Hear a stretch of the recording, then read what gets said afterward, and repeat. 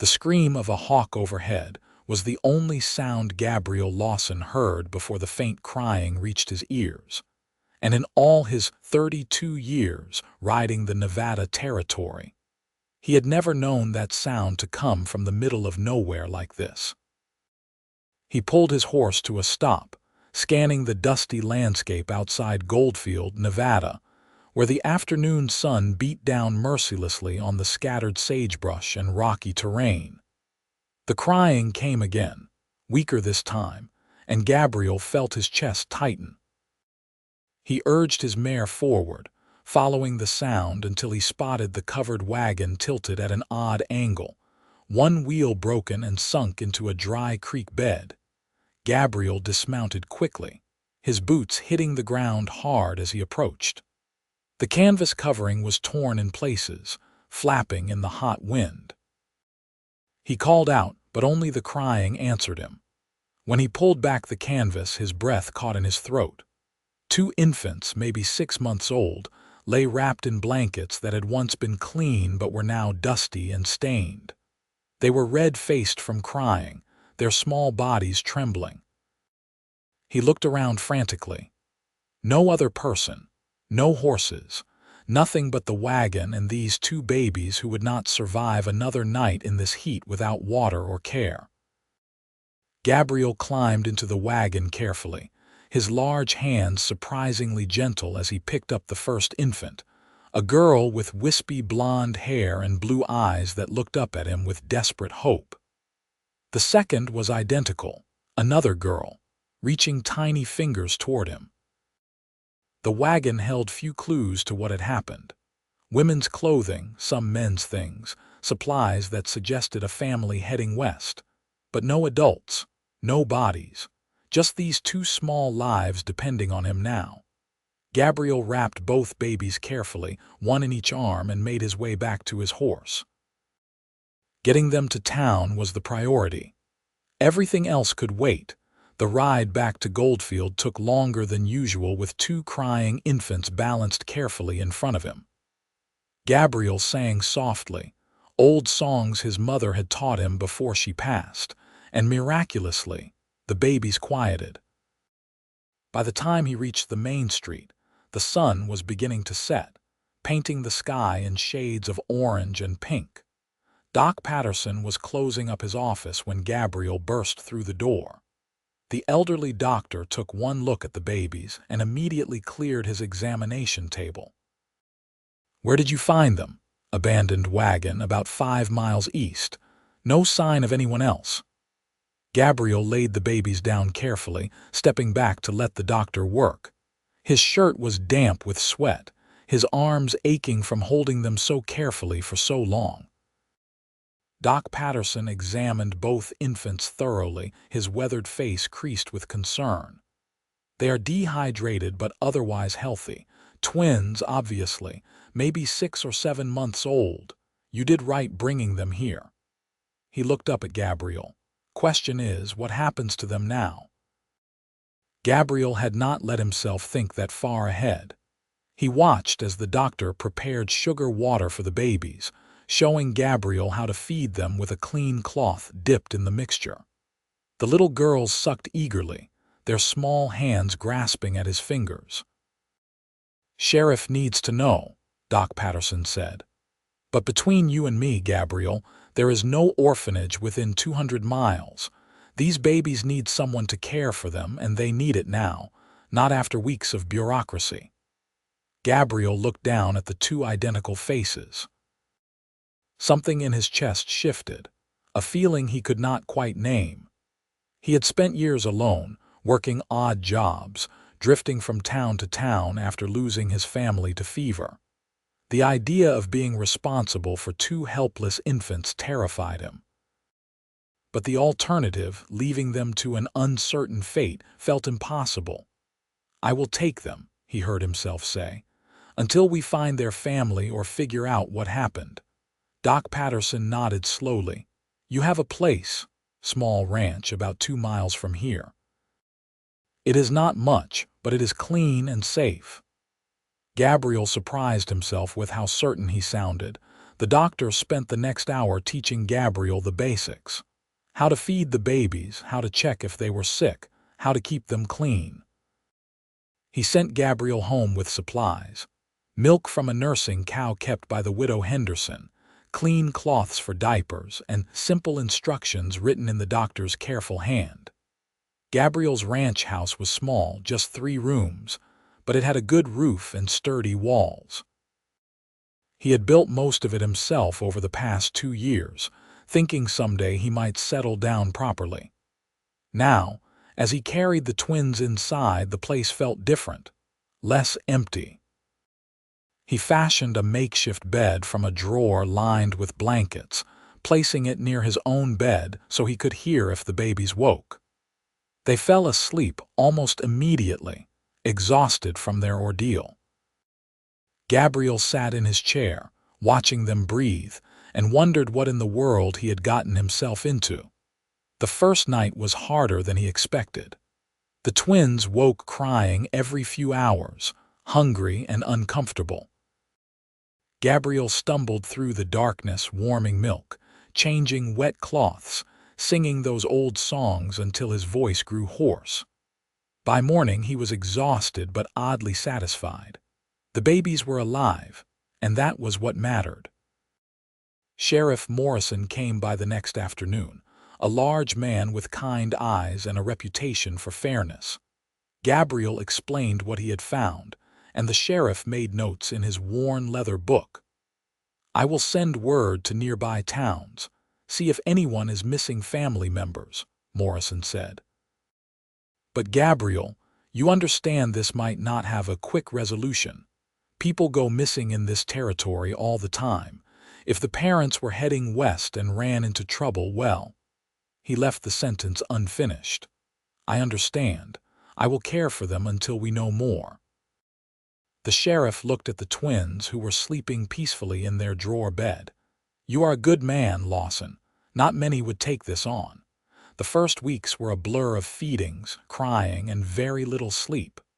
Gabriel learned quickly, though. He learned which baby was which by the tiny birthmark on the left twin's right ankle.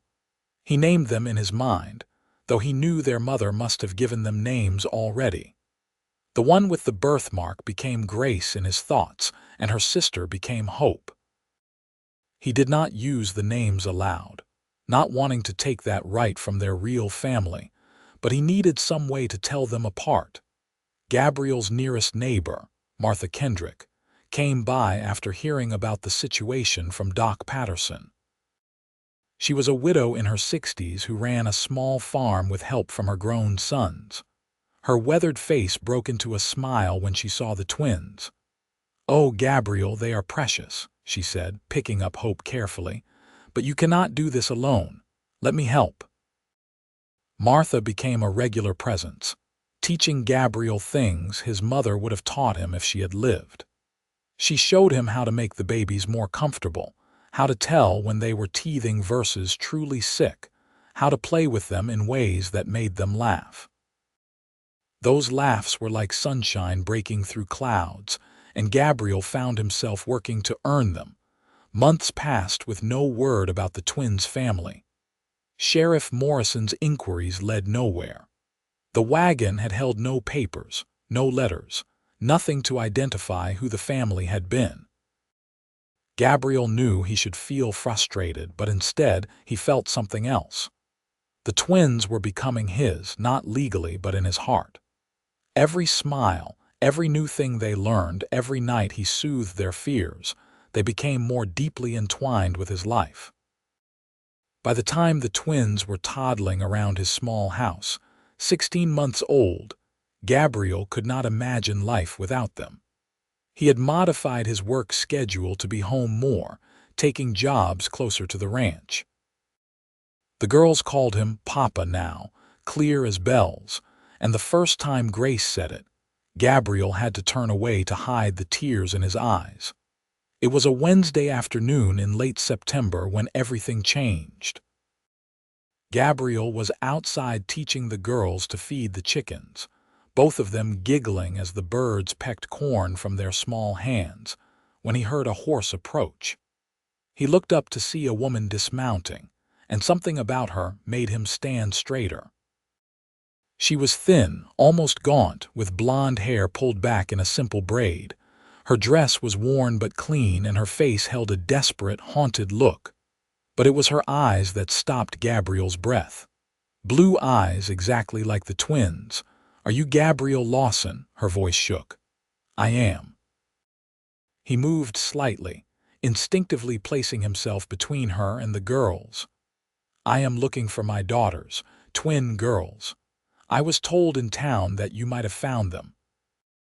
Her eyes were already searching past him, and when they landed on Grace and Hope, she made a sound that was half sob, half prayer. The girls, sensing something significant, had gone quiet. They pressed against Gabriel's legs, watching this stranger with wide eyes. "Who are you?" Gabriel's voice was rougher than he intended. "My name is Teresa Everett. Those are my daughters. I have been searching for them for over a year." Tears were streaming down her face now, but she made no move forward, as if afraid they might disappear if she did. Gabriel felt the world tilt. He had known this moment might come, but knowing and experiencing were vastly different things. "Come inside. We need to talk." Teresa followed him into the house, her eyes never leaving the twins. Gabriel sat the girls down with some wooden blocks he had carved for them and turned to face this woman who claimed to be their mother. "Tell me what happened," he said, his voice carefully controlled. Teresa sat down heavily, her hands trembling in her lap. "My husband and I were traveling to California. We left Missouri over 2 years ago, looking for a better life. I had just given birth to the twins when we joined a wagon train heading west." She paused, taking a shuddering breath. "We made it through most of the journey fine, but when we reached Nevada, there was an accident. A flash flood caught us off guard." Her voice broke, and she took a moment to compose herself. "The wagon train scattered. My husband went to help another family whose wagon had overturned. He told me to stay with the girls, keep them safe. But our wagon wheel broke in the chaos and we got separated from the group. I tried to fix it myself, but I did not have the tools or the strength." Gabriel listened, watching her face carefully. Everything about her pain seemed genuine. "I left the girls in the wagon, safe and sleeping, and I walked to try to find help. I thought it was maybe a mile to where the wagon train had been heading. But I got turned around, lost in the dark. By the time I found the remnants of our group 2 days later, they told me my husband had been swept away in the flood. They had not seen me or the wagon or the girls." Tears flowed freely now. "I tried to backtrack, but I was sick with grief and exhaustion. I collapsed, and the wagon train leader said they could not wait. They left me at a small settlement 50 miles west of here. I was ill for weeks, fever and infection. By the time I recovered and made my way back to where I thought I had left the wagon, there was nothing. No wagon, no babies, just empty desert." She looked up at Gabriel, her eyes pleading for understanding. "I have spent every day since then searching. Every town, every settlement, asking about twin girls. I worked whatever jobs I could find to earn enough for supplies to keep searching.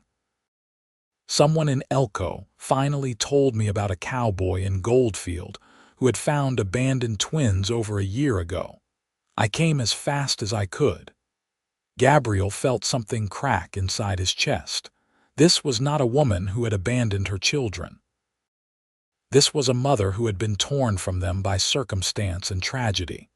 But looking at Grace and Hope, who were playing contentedly, calling him Papa, who knew his face as the only parent they could remember, he felt torn in two.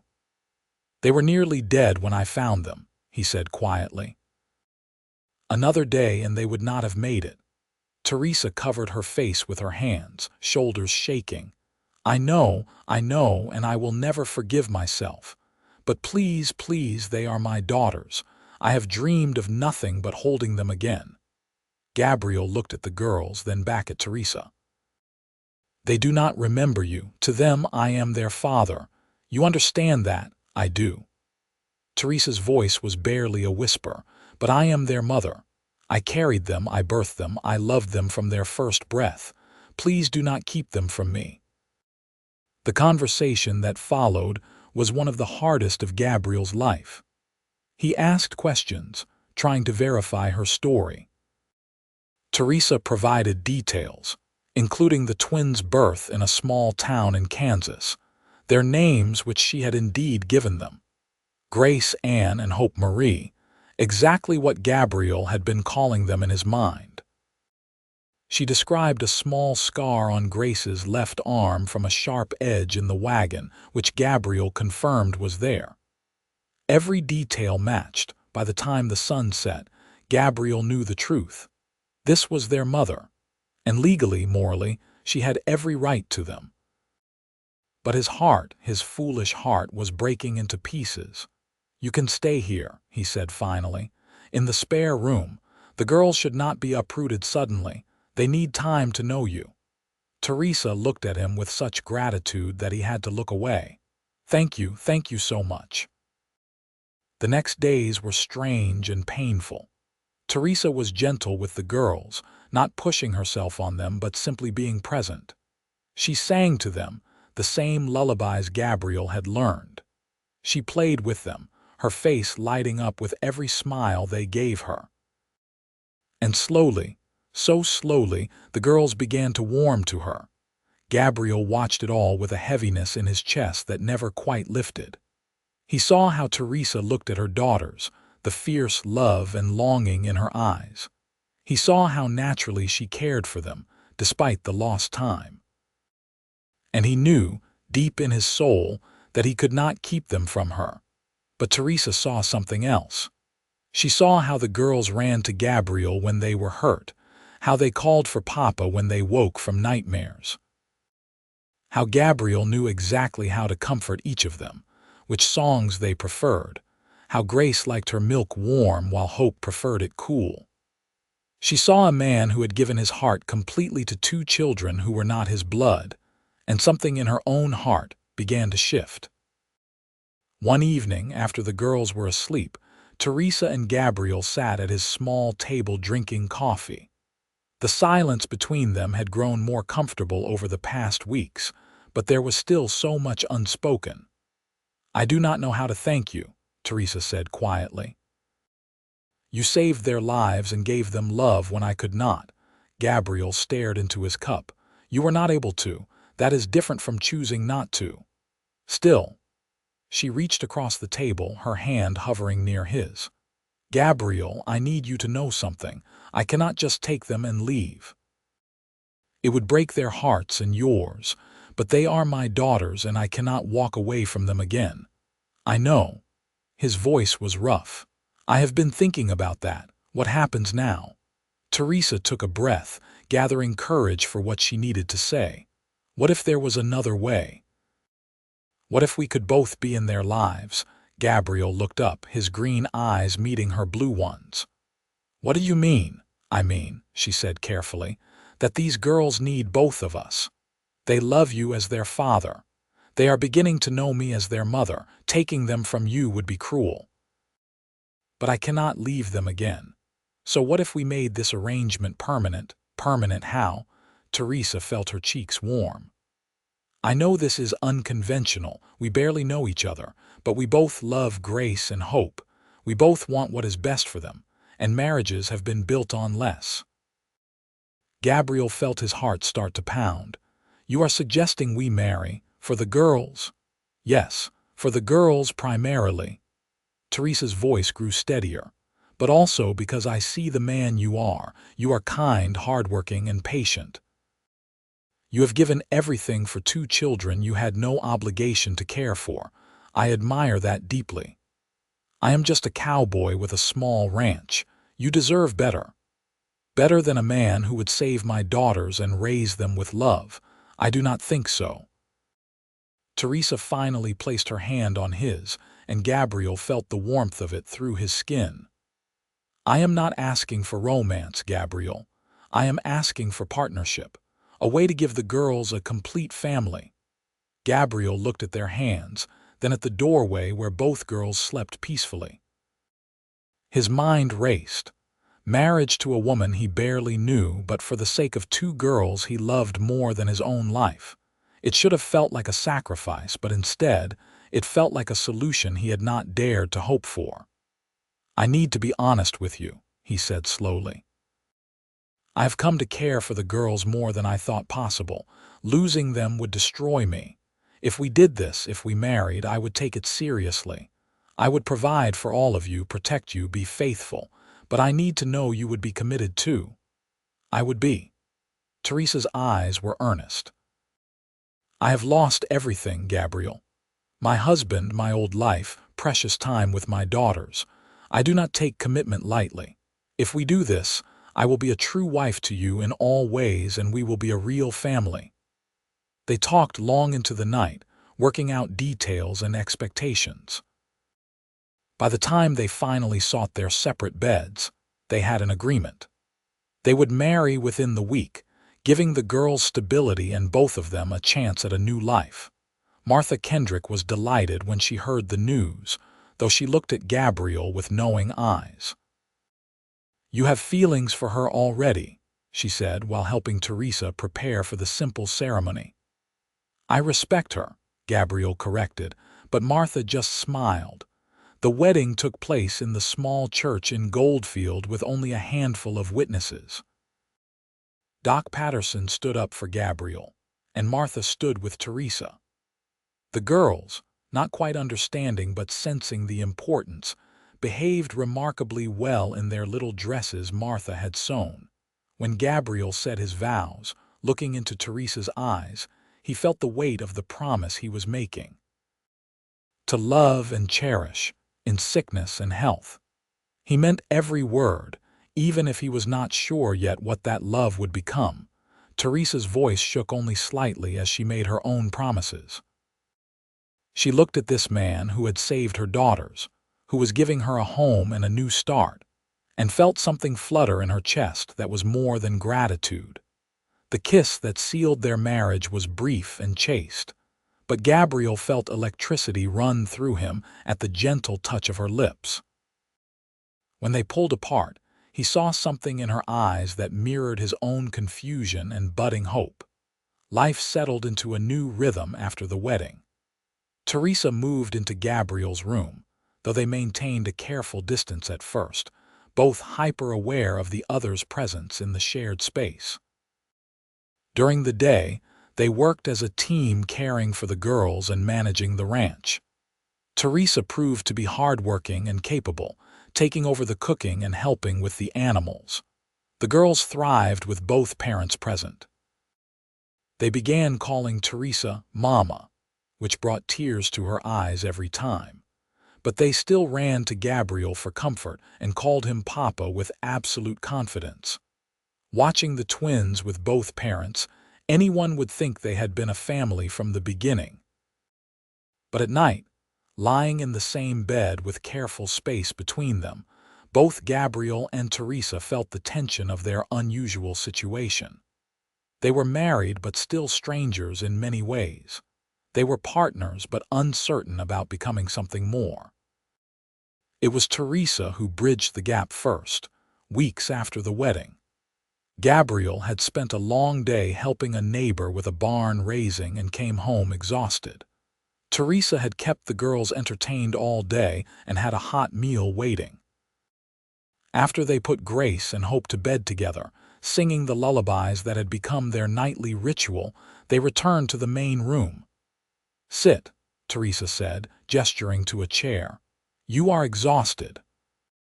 Before Gabriel could protest, she moved behind him and began working the tension from his shoulders. Her hands were small but strong, and Gabriel felt himself relax under her touch. "You do not have to do that," he said, but his voice lacked conviction.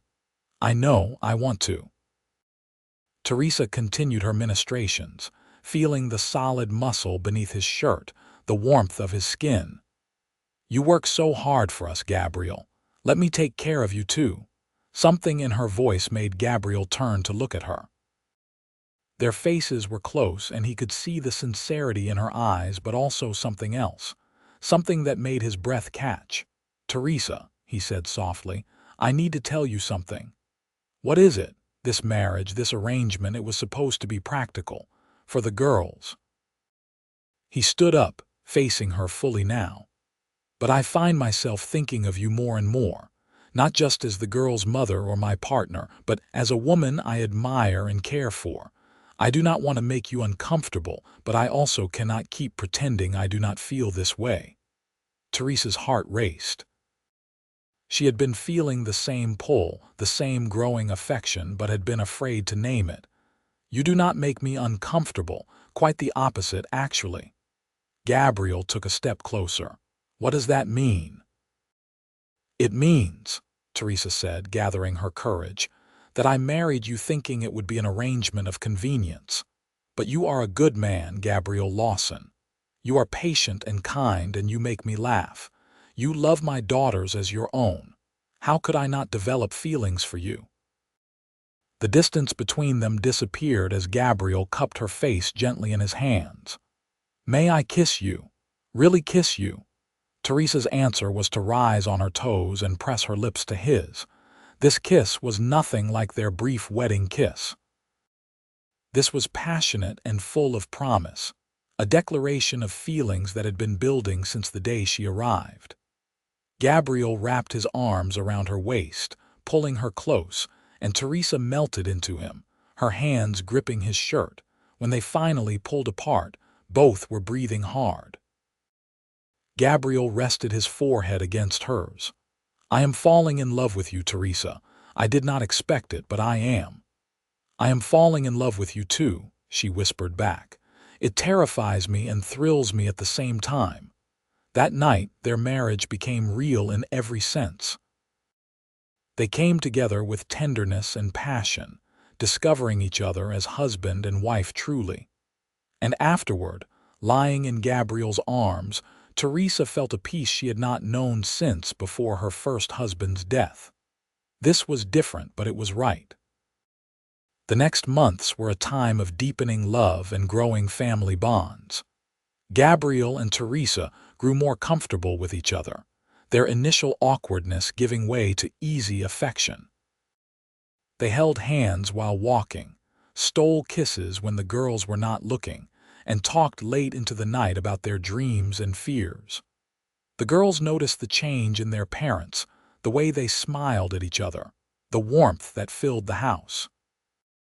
At not quite 2 years old, they could not articulate it, but they felt the security of being truly loved and wanted. Gabriel expanded the house that winter, adding 2 more rooms. One became a proper bedroom for the girls, decorated with curtains Teresa sewed from cheerful fabric. The other became a spare room, which Gabriel privately hoped would someday be a nursery again. Spring came to Nevada with wildflowers blooming across the desert and new calves in the pasture. Teresa discovered she was pregnant on a warm April morning, and the joy on Gabriel's face when she told him made her cry happy tears. "A baby," he said wonderingly, his hand on her still flat stomach. "Our baby." "Are you happy?" Teresa asked, though she could see the answer in his eyes. "Happy does not cover it. I am blessed beyond measure." He kissed her deeply, then pulled back with a thought. "How do you feel about it? Are you well?" "I am wonderful. A little nauseated in the mornings, but Martha says that is normal." Teresa smiled at him, this man who had become everything to her. "I love you, Gabriel, so much." "I love you too.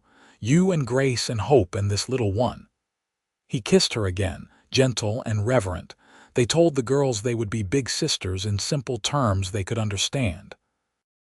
The twins seemed thrilled at the prospect, patting Teresa's belly and talking to their future sibling in their adorable toddler language. The pregnancy progressed smoothly, and by the time autumn painted the landscape in gold and orange, Teresa was heavily pregnant and ready to meet their new child. Gabriel had become even more protective, barely letting her lift anything heavier than a skillet. Martha visited daily, making sure everything was prepared for the birth. On a crisp October evening, Teresa's labor began. Gabriel sent for Martha and Doc Patterson while trying to keep the girls calm and unaware of their mother's pain. Martha arrived first and took charge immediately, sending Gabriel to boil water and keep the girls occupied. The labor was long but without complications. As the sun rose the next morning, filling the room with golden light, Teresa gave birth to a healthy baby boy. His first cries were strong and indignant, making everyone laugh with relief. "A son," Gabriel said, tears streaming down his face as Doc Patterson placed the baby in his arms. "We have a son." Teresa, exhausted but radiant, reached for her husband and their new child.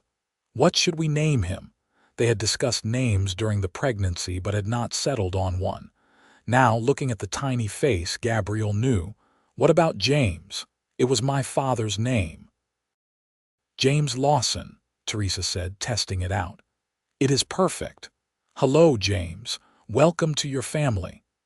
The girls were allowed in to meet their brother an hour later, both of them wide-eyed with wonder at the tiny baby.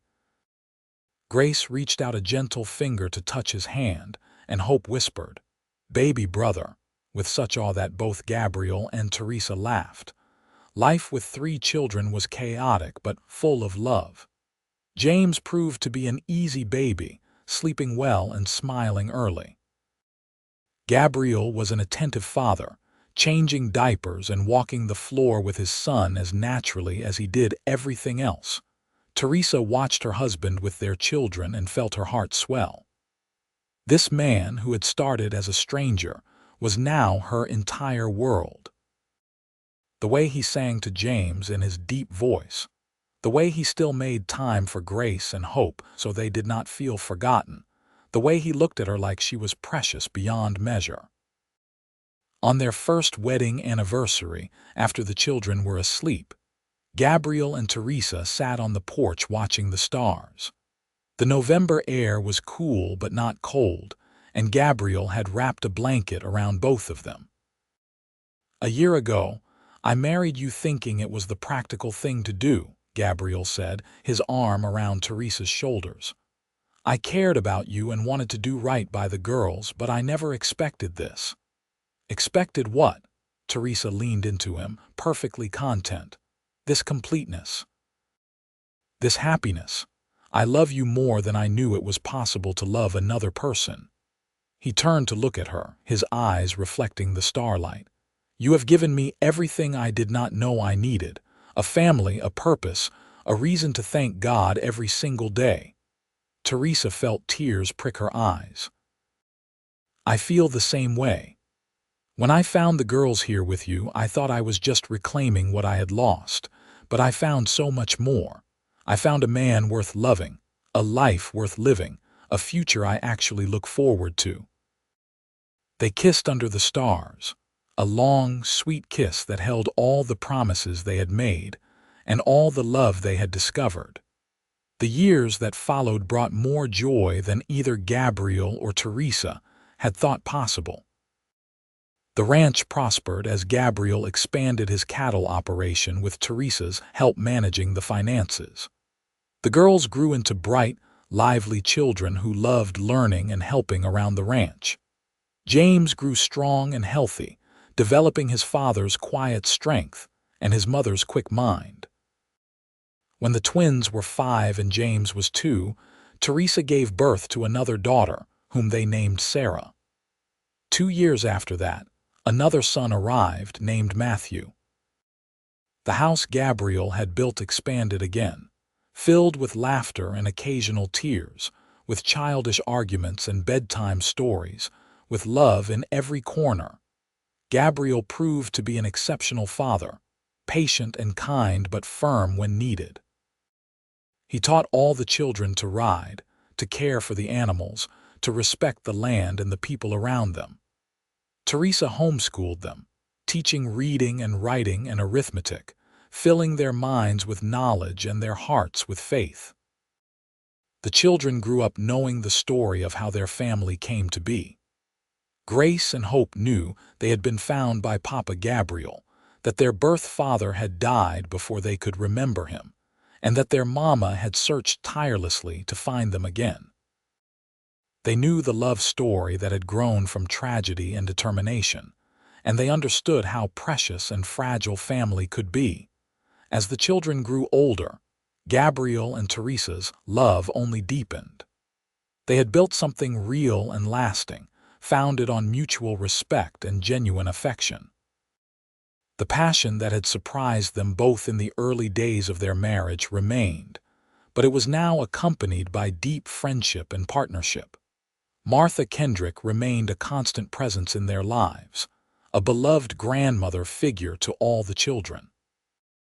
She often joked that she had known from the first moment that Gabriel and Teresa would fall in love, even if they had been too stubborn to see it themselves. When Grace and Hope turned 18, preparing to start their own adult lives, they sat with their parents one evening and asked to hear the story again. How Gabriel had found them, how Teresa had searched, how love had brought their family together. Gabriel and Teresa sat close on the sofa, his arm around her shoulders, her hand on his knee, the comfortable intimacy of decades of marriage evident in every small touch. They told the story together, trading details and memories, smiling at each other in the way that made their children groan but secretly hope for the same kind of love someday. "I was so scared when I found you," Gabriel admitted, looking at the two young women his daughters had become. Two tiny babies in the middle of nowhere. I had no idea what I was doing, but I could not leave you there. And I was terrified I would never find you again, Teresa added. Every day that passed, I thought I had lost you forever. Finding you here, healthy and loved, was the greatest miracle of my life. Even though it was hard at first, Hope asked, when you and Papa did not really know each other, especially because of that, Teresa said firmly. Your Papa could have been resentful or difficult about sharing you with me, but instead, he was generous and kind. He showed me who he really was, and I could not help but fall in love with him. Gabriel squeezed her shoulder gently. Your mama could have taken you and left, legally speaking.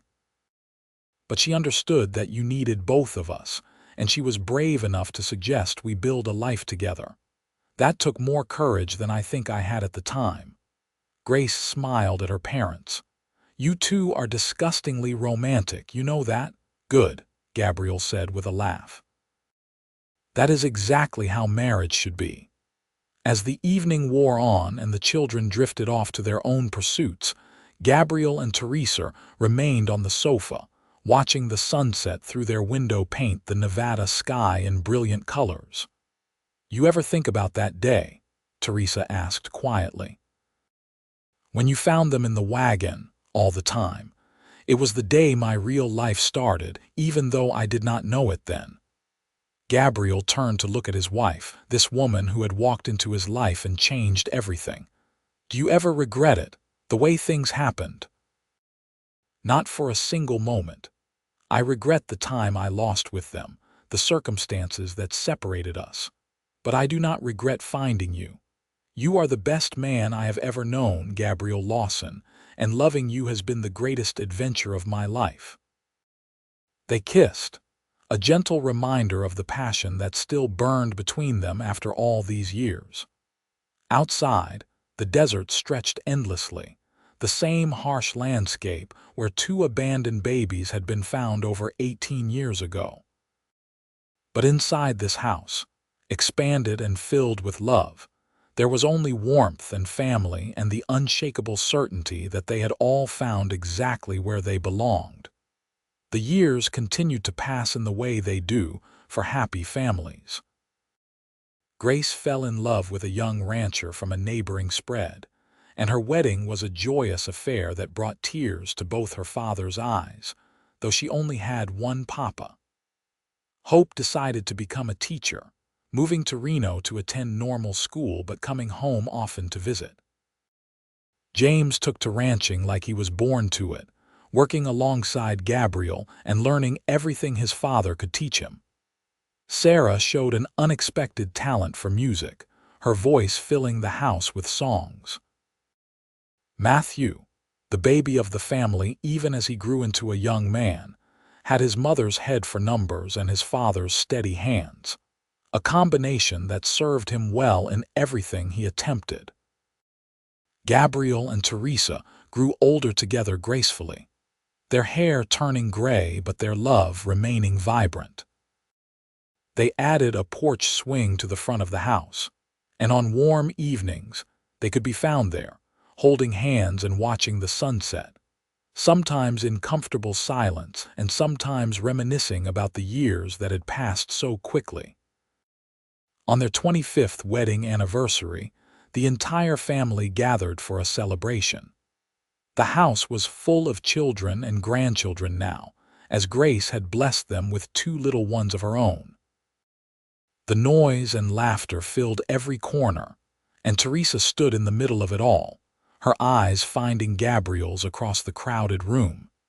He came to her immediately, as he always did, and pulled her into his arms for a dance despite there being no music, except the chatter of their family. "Happy anniversary, my love," he murmured against her hair. "Happy anniversary," she replied, holding him close. 25 years. Can you believe it? Best 25 years of my life." He pulled back to look at her, his eyes still as green and warm as the day she had first seen them. "You know what I think about sometimes." "What is that?" "That wagon. That broken-down wagon in the middle of nowhere. It brought me everything I treasure most in this world. You, the girls, this whole beautiful life. A tragedy that became a miracle." Teresa felt tears well up, but they were happy tears. God works in mysterious ways. He took so much from both of us, but He gave us each other and this family. "I would find those babies 1,000 times over if it meant I got to love you," Gabriel said seriously. "You are my heart, Teresa. You always will be." They kissed there in the middle of their anniversary party, surrounded by the family they had built together, and their children cheered. Grace and Hope exchanged knowing looks, remembering being told that their parents' marriage had started as a practical arrangement. There was nothing practical about the way their parents looked at each other, nothing convenient about the depth of love visible in every glance and touch. As the sun set on their anniversary celebration, and the family gradually dispersed to their own homes and beds, Gabriel and Teresa made their way to their own room. The house finally quiet, they prepared for bed with the ease of long practice, each knowing the other's routines by heart. "Another year older," Teresa said, examining her reflection in the mirror as she braided her hair for sleep. Gabriel came up behind her, wrapping his arms around her waist and meeting her eyes in the mirror. "Another year of loving you. I will take as many of those as the Lord sees fit to give us." "You still know exactly what to say," she said with a soft smile, leaning back against his chest. "I still mean every word." He turned her in his arms, looking down at her face, still beautiful to him despite the lines time had etched there. "When we are old and gray, sitting on that porch swing watching our great-grandchildren play, I will love you just as much as I do right now. More, probably." "We are already gray, my darling," Teresa pointed out with a laugh. "Then I have kept my promise. I love you more than ever." He kissed her forehead, her cheeks, finally her lips. "Come to bed, my love. We have many more years to look forward to, and I want to savor every moment." They settled into bed together, Teresa's head on Gabriel's shoulder as it had been for 25 years. In the darkness, they held each other close, two people who had been brought together by circumstance and stayed together by choice, their love growing stronger with each passing day. The ranch continued to thrive under Gabriel and James's management, eventually expanding to become one of the most successful in the region. But Gabriel never forgot his humble beginnings, the day he found two abandoned babies and chose to save them. That choice had led to everything good in his life. Every blessing he counted. Every reason he had to be grateful. When Gabriel was 60 years old and Teresa 58, they finally got to see all 5 of their children married and settled. The family had expanded to include 12 grandchildren, with more on the way. Sunday dinners at the ranch became legendary, with tables laden with food and children running everywhere. Martha Kendrick passed peacefully in her sleep at the age of 89, surrounded by her own family but with Gabriel and Teresa holding her hands. At her funeral, Gabriel spoke about how she had taught him to be a father, how her kindness and wisdom had helped shape their family. There was not a dry eye in the church, but life continued, as it always does, with new births balancing the losses, new joys healing old sorrows. Gabriel and Teresa grew into their roles as grandparents with the same love and dedication they had brought to parenthood.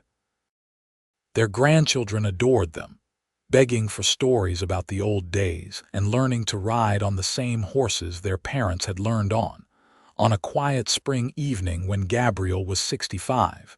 He and Teresa sat on their porch swing watching yet another sunset.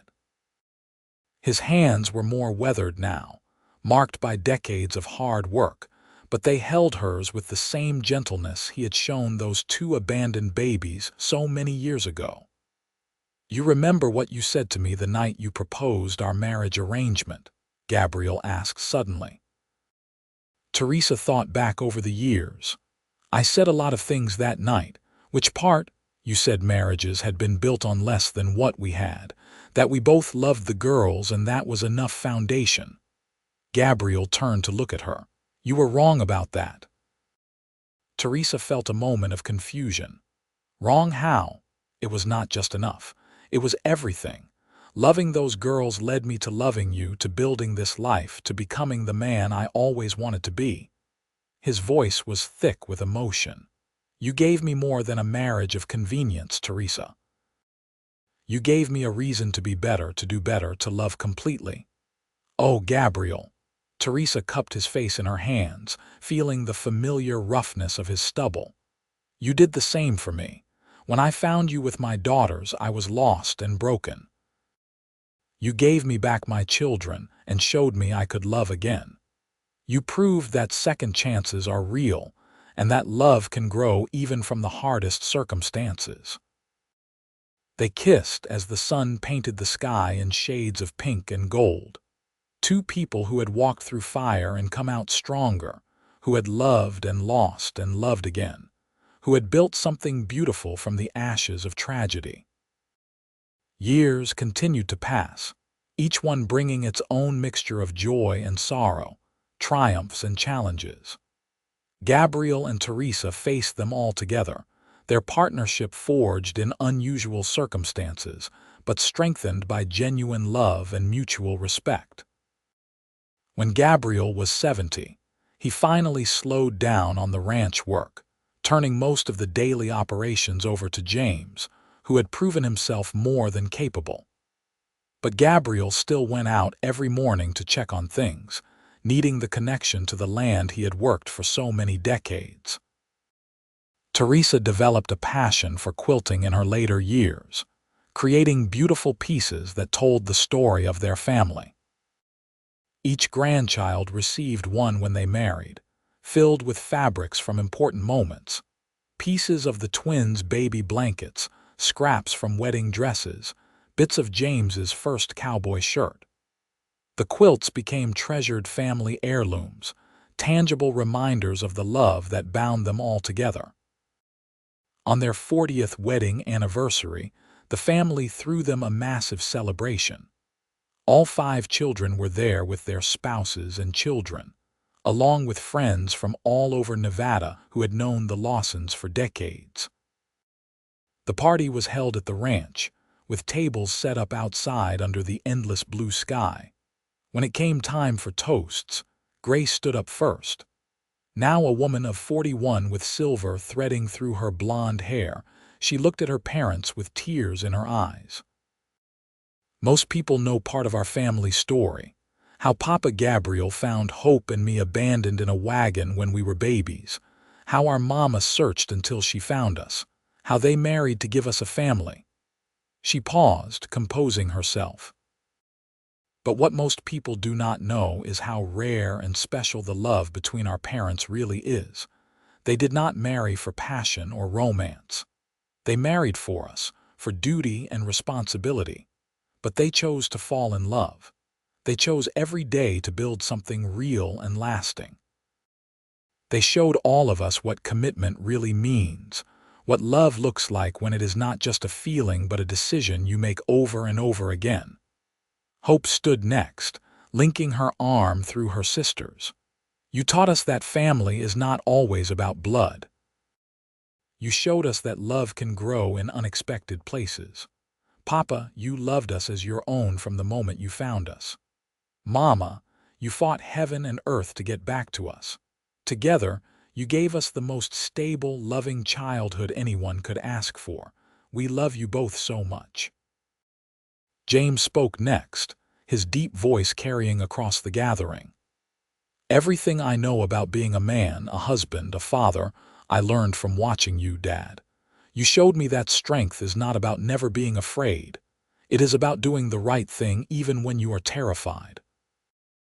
You were scared when you found those babies, scared when you agreed to marry a stranger, scared every time Mama went into labor or one of us kids got sick. But you never let that fear stop you from loving us completely. Sarah and Matthew added their own tributes, each one highlighting different aspects of their parents' love and dedication. By the time they finished, Gabriel and Teresa were both crying, overwhelmed by the love surrounding them. Gabriel stood, Teresa's hand firmly in his, and looked out at the sea of faces before him. His children, his grandchildren, his friends, all of them part of the life he had built from one moment of compassion on a dusty Nevada road.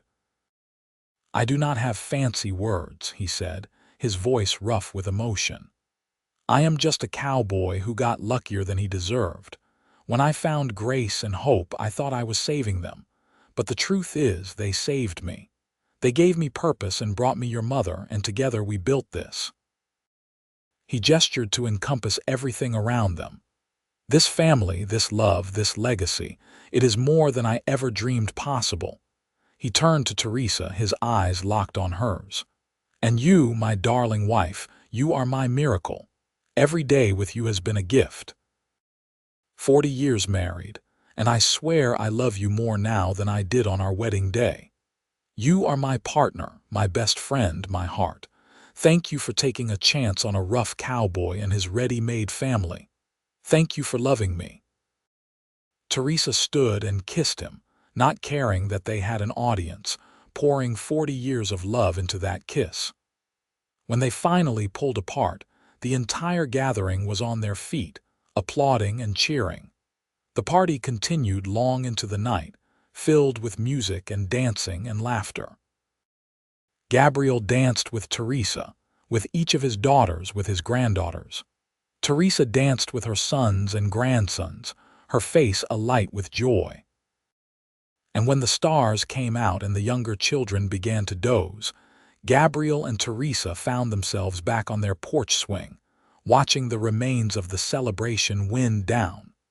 40 years, Teresa mused, her head on Gabriel's shoulder. It seems like yesterday and a lifetime ago all at once. I know what you mean. Gabriel kissed the top of her head, but I would not change a single moment. Well, maybe I would have been less nervous on our wedding night. Teresa laughed, the sound still as musical to him as it had been decades ago. You were adorable, though. So worried about doing everything right. I wanted to make you happy. You have. Every single day you have made me happy. She lifted her head to look at him. Even the hard days, the ones where we struggled or fought or faced troubles, I was happy because I was facing them with you. You are my rock, Gabriel, my constant, my love. They sat together as the last guests departed, as their children helped clean up and then headed to their own homes, as the ranch grew quiet under the blanket of stars. And in that peaceful moment, holding each other close, Gabriel and Teresa reflected on the journey that had brought them here. From abandoned babies in a broken wagon to a sprawling family spanning generations. From strangers brought together by circumstance to soulmates joined by choice. From two people lost and grieving to two people found and whole. Their story was unconventional, messy, and sometimes painful, but it was theirs, and it was beautiful. Gabriel and Teresa lived many more years in health and happiness, surrounded by their ever-growing family. They celebrated 50th, 60th wedding anniversaries, each one marking another decade of love and commitment. They became great-grandparents multiple times over, their legacy continuing in the children who bore their values and their love. When Gabriel finally passed away at the age of 89, with Teresa holding his hand and his children gathered around him, his last words were of gratitude. "Thank you," he whispered to Teresa, his eyes still as full of love as they had been on their wedding day. "For everything, for loving me, for this life." Teresa, heartbroken but strong, kissed him one last time. "I will love you forever, Gabriel Lawson. Wait for me." She lived 3 more years without him, years filled with memories and family and the knowledge that she had been blessed with a love most people only dreamed of.